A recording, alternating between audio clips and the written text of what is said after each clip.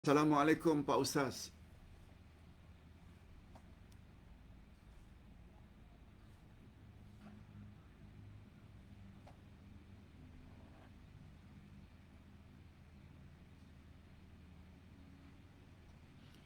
Bagaimana Pak Ustaz niat witir bila kita lakukan 3 rakaat 2 kali salam?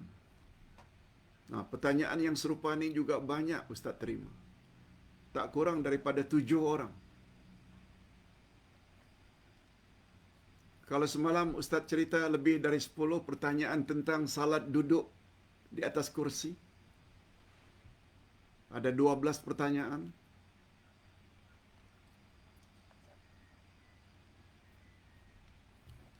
Tentang video yang mengatakan bagaimana sepatutnya kita niat witir 3 rakaat 2 kali salam. Sebab ada ustaz yang mengatakan tak boleh kita niat witir 2 rakaat. Sebab witir maknanya ganjil. Sedangkan 2 itu adalah genap.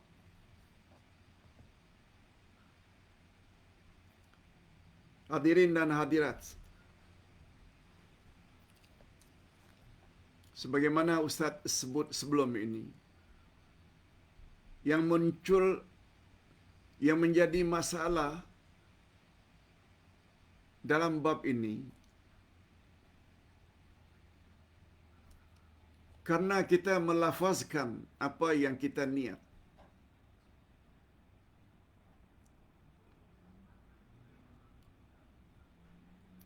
Nawaitu salatal witr raka'atain,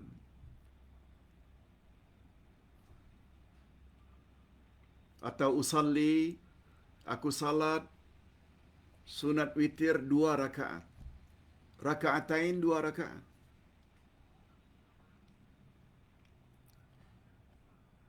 Padahal sepakat semua ulama fiqh, makanun niyah al-qalbu, tempat niat adalah dalam hati.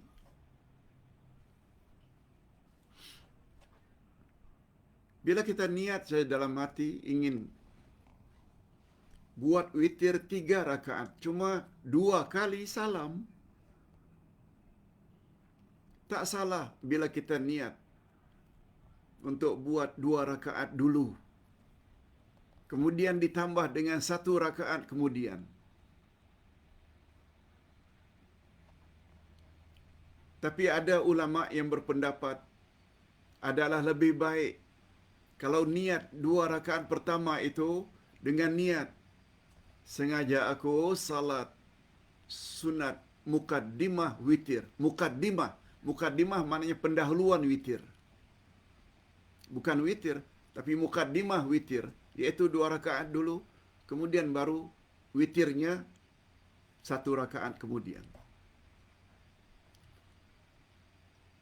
Oleh sebab itu bila dah ada niat dari awal lagi akan buat witir 3 rakaat, kita niat 2 rakaat dulu dalam hati ya. Yang masalah ini bila disebut, padahal tak pernah datang dari Nabi sebutan niat itu, kecuali sempena haji dan umrah. Labbaik Allahumma hajjan, labbaik Allahumma umratan. Nabi sebut. Terhadap 2 ibadat ini saja Nabi sebut niatnya.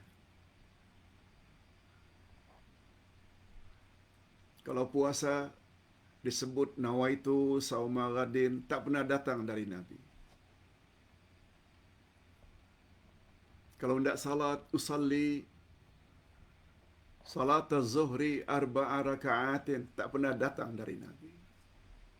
Sila bawa dalil hadis Nabi. Itu hanya pandangan ulama saja. Itu pun hukumnya hanya sunat kata mereka. Ingat, tempat niat adalah dalam hati, bukan di lidah.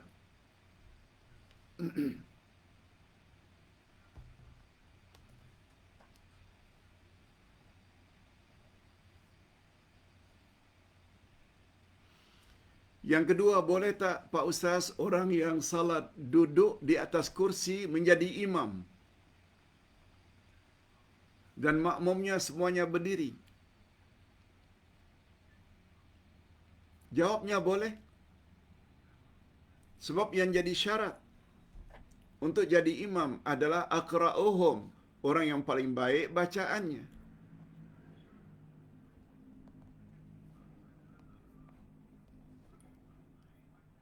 Bila orang yang baik bacaannya itu sakit lutut, lalu dia salat di atas kursi, lalu makmum ikut, sah dan boleh, tak jadi masalah. Suasana ini Ustaz lihat beberapa kali ketika dulu bertugas atau belajar di Arab Saudi. Tak ada larangan. Pak Ustaz, saya dapat satu poster yang mengandung doa. Tapi doa itu diawali dengan Rabbana. Padahal saya pernah jumpa doa yang sama diawali dengan Allahumma.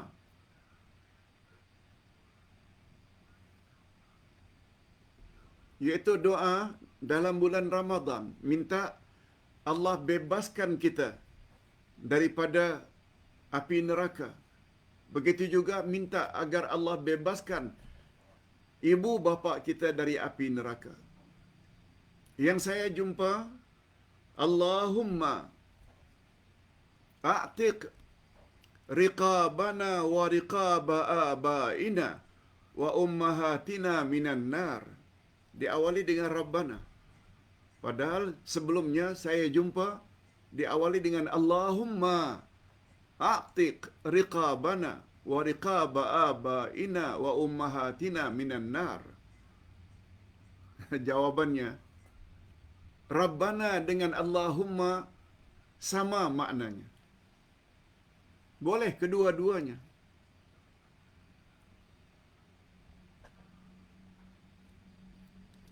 Allahumma ghfirli wali walidayya, boleh. Ya Allah, ampunkanlah dosaku dan dosa kedua ibu bapakku. Allahumma ghfirli wali walidayya. Juga boleh Rabbana atau Rabbi ghfirli wali walidayya. Allahumma maknanya ya Allah. Sama dengan Rabbana, oh Tuhan kami. Nah, pertanyaan berikutnya. Apa bezanya Pak Ustaz antara safar dengan musafir? Apa bezanya Pak Ustaz antara safar dengan musafir? Safar maknanya perjalanan, traveling. Musafir orangnya, orang yang bermusafir. Ustaz buat contoh. Islam itu sifat. Nama agama Islam. Tapi orang yang beragama Islam dipanggil Muslim. Kalau laki-laki, Muslimat kalau perempuan. Iman itu sifat. Orangnya yang beriman dipanggil mukmin kalau laki-laki, mukminah kalau perempuan. Ihsan juga sifat, yaitu kebaikan. Kalau orangnya dipanggil muhsin. Itu bezanya antara safar, perjalanan. Orangnya yang berjalan itu, yang bermusafir, dipanggil musafir. Itu sebabnya Allah berfirman pada ayat 184 Al-Baqarah, "Faman kana minkum maridan aw ala safarin." Siapa di antara kamu yang sakit atau safar, maknanya mengadakan perjalanan jauh, bolehlah dia tidak berpuasa, tapi ganti pada bulan yang lain.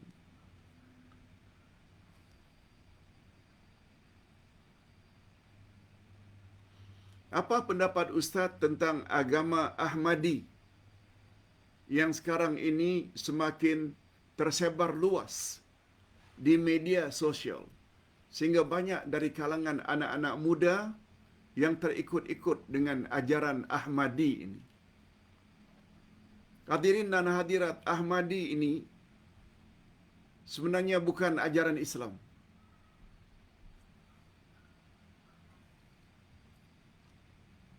Kalaupun mereka mengaku diri mereka Islam, bukan Islam yang selamat.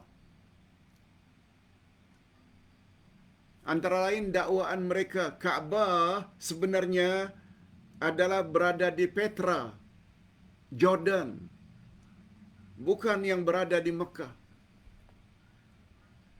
Mereka juga mendakwa bahawa mereka adalah Imam Mahdi. Ajaran ini ajaran sesat.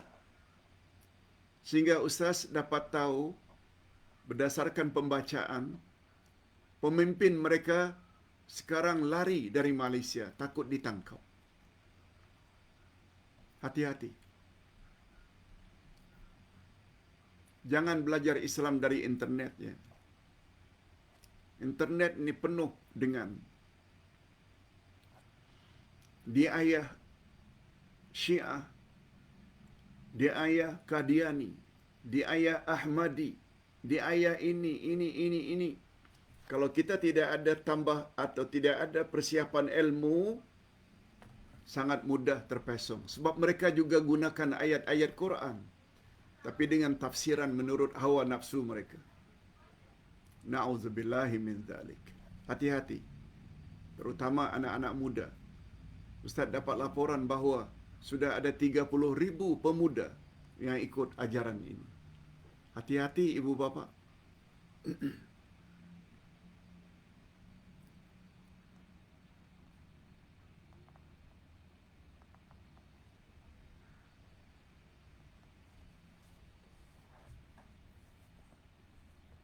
Pak Ustaz, boleh tak kita baca ayat yang terakhir dari surat Al-Isra supaya kita terhindar daripada nyanyuk?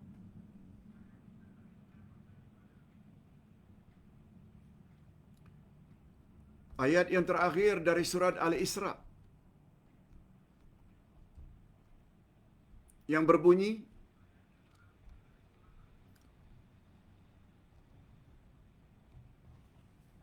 Alhamdulillahilladzi wa qul alhamdulillahilladzi lam yattakhidh walada wa lam yakul lahu syarikun fil mulk wa lam yakul lahu waliyyun minadh dhulli wa kabbirhu takbira. Itu ayat 111 dari surat Al-Isra, ayat yang terakhir.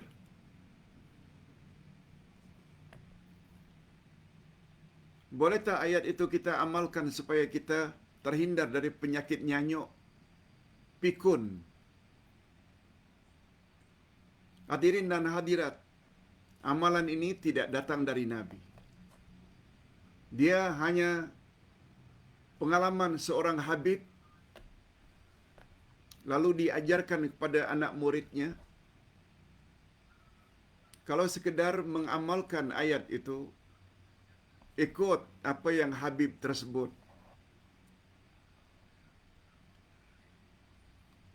sampaikan berdasarkan pengalamannya, tak mengapa. Sebab itu ayat Quran.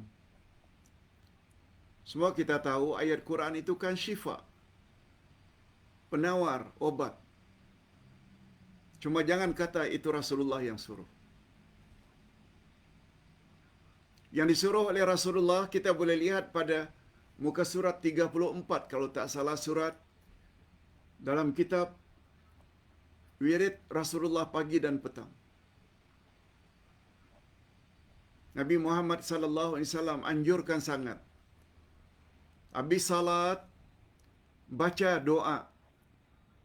Allahumma inni a'udzubika min an uradda ila arzalil umur. Itu datang dari Nabi. Obat supaya tidak nyanyuk. Maknanya, ya Allah, aku mohon dilindungi daripada menjadi umur kanak-kanak. Umur kanak-kanak maknanya nyanyuklah. Cara berfikir macam kanak-kanak. Lupa, tak kenal orang. Allahumma inni a'udzubika min an uradda ila arzalil umur. Ya Allah, aku mohon dilindungi daripada kembali ke umur kanak-kanak. Nyanyuk maksudnya. Itu datang dari Nabi. Sila lihat dalam kitab wirid pagi, wirid Rasulullah pagi dan petang. Hadirin dan hadirat rahimakumullah.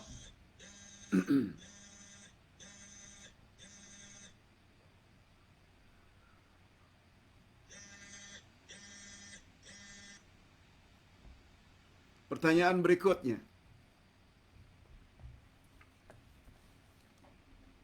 Pak Ustaz, saya ingin bertanya mengenai nama Allah yang pernah Pak Ustaz beri dalam kitab Asma'ul Husna akan gandingan nama Allah. Yaitu Ustaz tulis dalam kitab tersebut, cara kita berdoa kepada Allah dengan menggunakan Al-Asma'ul Husna. Yaitu, gunakanlah nama Allah sesuai dengan apa yang kita minta. Bila kita minta agar dikasihani dan disayangi, panggillah Allah dengan Ya Rahman, Ya Rahim.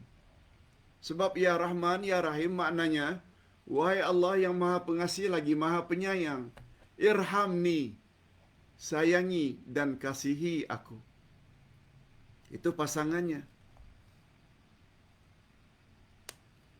Kalau kita minta ampunan, kita panggil Ya Ghafur, atau Ya Ghafar, atau Ya Ghafir. Ada 3. Ghafur, Ghafar, Ghafir. Ighfir. Ighfirli.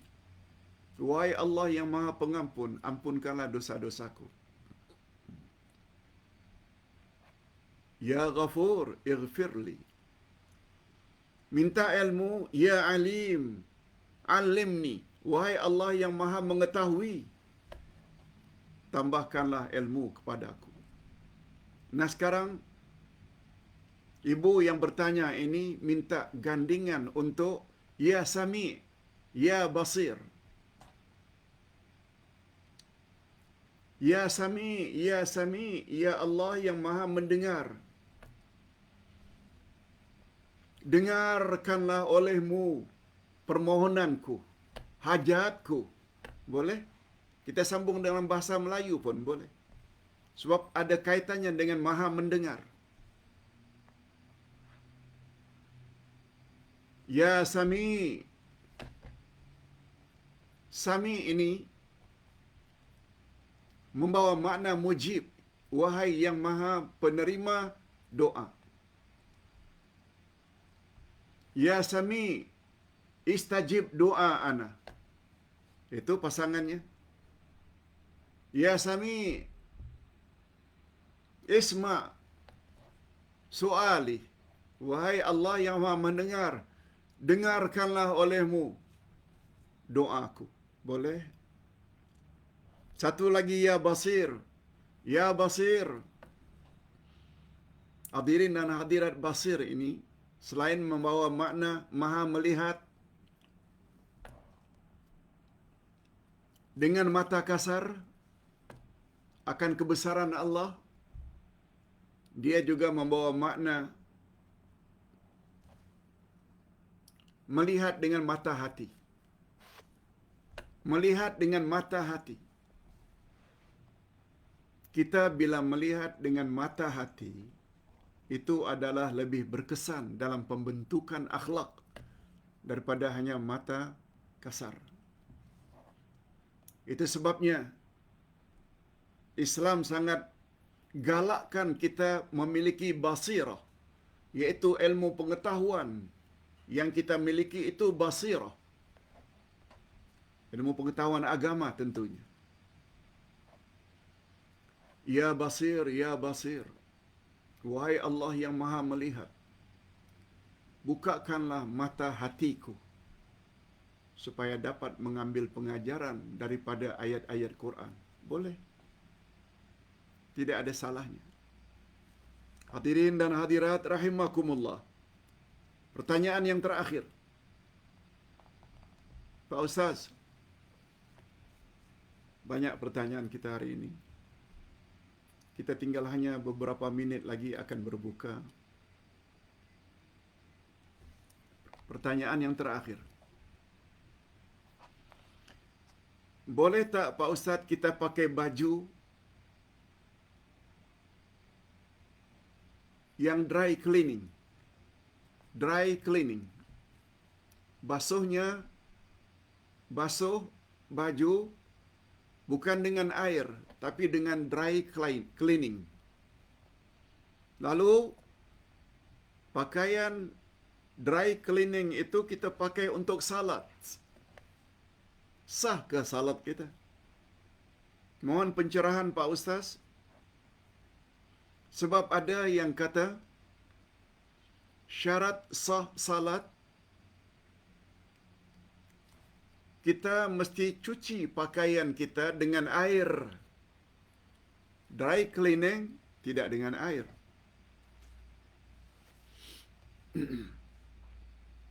Semuanya dry. Tidak secara basah. Semuanya kering. Ini jawabannya. Hadirin dan hadirat, salah satu daripada syarat sah salat, selain memakai pakaian yang menutup aurat, juga menjadi syarat sah salat, kita salat itu bersih dari najis pakaian kita dan tempat kita, sejadah kita. Kita kena bersih daripada najis dan hadas. Hadas itu, hadas terbagi dua, ada hadas kecil, mesti beruduk kalau kita buang air. Hadas besar, mesti mandi junub karena haid, nifas atau keluar mani. Mesti bersih, baru salat kita sah. Okey, kembali kepada persoalan.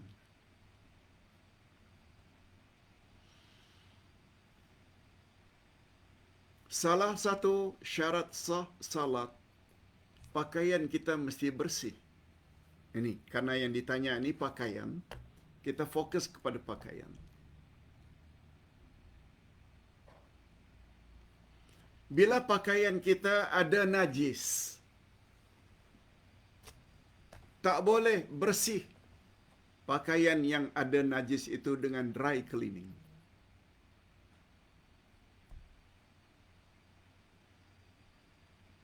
Tapi membersihkan najis dalam Islam mesti dengan air. Air yang mutlak. Suci lagi mensucikan. Air sumur, air hujan, air sungai, dan lain-lain. Sekarang persoalannya, bila baju kita, pakaian jenis tertentu, memang tak boleh dibasuh dengan air, dry cleaning. Pakaian yang sudah sekian lama kita pakai, lalu lusuh, kita masuk ke dobi supaya dry cleaning. Atau karena peluh atau keringat, pakai antar dry cleaning. Peluh, keringat tidak najis. lusuh sekedar lusuh, tidak smart, tidak cantik lagi. Lalu dry cleaning. Keringat peluh bukan najis. Kusutnya pakaian bukan karena najis. Oleh sebab itu, memakai pakaian yang dry cleaning, selagi pakaian itu tidak ada najis, sah salatnya.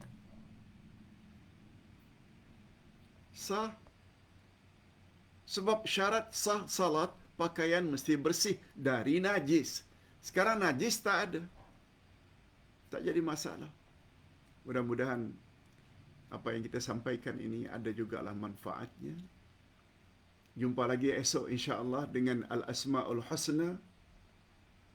Nama Allah Asy-Syakir kalau tak salah. Atau Ustaz lupa. Esok insya-Allah kita jumpa jam 6 petang. Alhamdulillah Rabbil Alamin. Wassalatu wassalamu ala asyrafil anbiya'i wal mursalin. Wa ala alihi wa sahbihi ajma'in. Rabbana zidna ilman nafi'a wa rizqan tayyiba wa amalan mutaqabbala. Ya Allah, tambahkanlah kepada kami ilmu yang bermanfaat, terutama ilmu tafsir Al-Quran, sehingga dengannya kami dapat membentuk sikap kami sesuai dengan kehendak Al-Quran. Berilah kami rezeki yang baik, halal lagi diberkati, dan amalkanlah dan terimalah amal-amal kami. Ya Allah, sungguh banyak pengajaran yang dapat kami ambil dari pelajaran tafsir pada petang ini, yang kalau boleh kami namakan khitamul misk, iaitu pengakhiran kasturi. Banyak pengajaran sungguh. Di antara pengajarannya ialah Yahudi dilaknat dan dikutuk oleh Allah karena mereka saling tolong-menolong dengan orang kafir lainnya. Oleh sebab itu, ya Allah, berilah kami kefahaman yang mendalam, lalu kami laksanakan dalam kehidupan sehari-hari. Hindarkan kami dari orang yang ta'assub dan fanatik, tidak menentu secara membuta tuli, mentang-mentang orang itu orang yang kami sayangi. Namun demikian, ya Allah, kebenaran darimu lebih kami sukai dan sayangi daripada mana-mana pihak, apalagi pihak tersebut tidak berjalan di atas landasan Al-Quran dan Sunnah Nabi sallallahu alaihi wasallam. Allahumma khtim lana bi husnil khatimah wa la takhtim alaina bi su'il khatimah. Wa sallallahu ala nabiyyina Muhammad wa ala alihi wa sahbihi ajma'in. Subhana rabbika rabbil izzati amma yasifun wa salamun alal mursalin walhamdulillahi rabbil alamin. Subhanakallahumma wa bihamdik asyhadu an la ilaha illa anta astaghfiruka wa atubu ilaik. Wassalamualaikum warahmatullahi wabarakatuh.